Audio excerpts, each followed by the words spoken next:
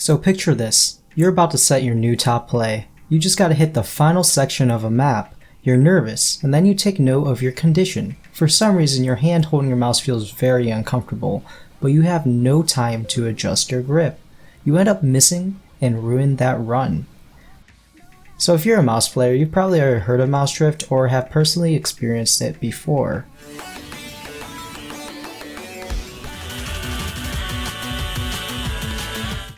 However, if you aren't familiar with the term, here's a quick animation that displays it. As you can see, the mouse and cursor start in the same position, yet when the cursor returns to the same place on the screen, the mouse is in a different position than the starting position. This is mouse drift, and it causes millions of mouse players worldwide eternal pain and suffering.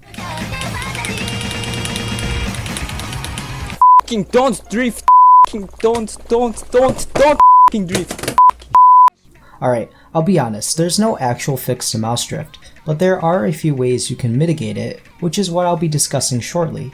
Before we get into that though, it's important to know what exactly causes the drifting to happen in the first place. The main cause for mouse drift is rotation, specifically wrist rotations. Our wrist is a pivot joint, so when we aim with a mouse, the mouse itself will rotate slightly. The mouse's sensor only detects relative movement, it won't account for these rotations. So what can you do to mitigate mouse drift? Well, there's three main ways you can do so. The first is simply reposition your mouse during breaks or slow sections of a map.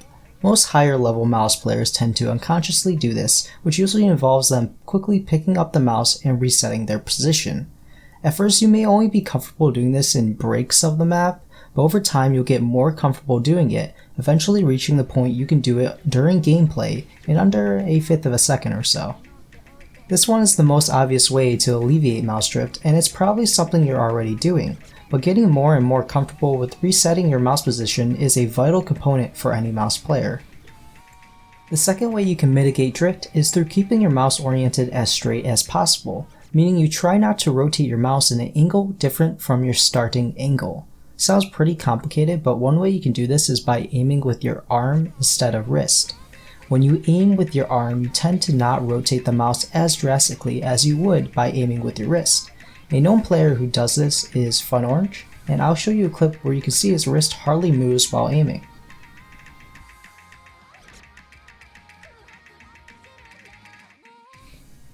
However, most mouse players are wrist aimers, so this may be a hit or miss. Personally, I'm a wrist aimer myself, and I've tried some arm aiming, but I'm much more comfortable with wrist aiming, so I myself keep with what I find more comfortable.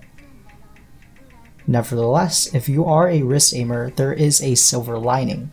Using your fingers, you can decrease the amount your mouse rotates, thus decreasing mouse drift. A good portion of wrist aimers use their fingers to make slight adjustments when aiming. And as you can see, despite making rapid wrist movements, he keeps his mouse straight, and if you look very closely, you can see his fingers move a bit from the micro adjustments he does to keep the mouse as straight as possible. This is something that usually just happens by itself, but in a general sense, you can use your fingers in tandem with your wrist to keep the mouse from rotating when making left or right movements. This takes a little bit of time to get used to, but if you focus on trying to keep your mouse as straight as possible, it's something that will come with time. Finally, the last option is by simply increasing your DPI or sensitivity. With a higher sensitivity, you'll be moving the mouse less distance, thus decreasing the amount of rotation overall, meaning less mouse drift. A known high DPI player is Doomsday, and as you can see, by having a higher DPI, he can reduce the effects of mouse drift. And that's how you can mitigate mouse drift. Of course, none of this matters if you're using a cheap mouse with a bad sensor.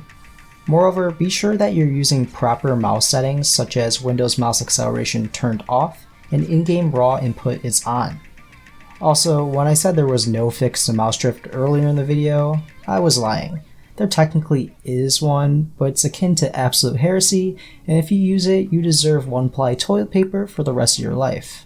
Anyways, that's all for today's video, and I hope you guys enjoyed it, and I'll catch you later. See you next time.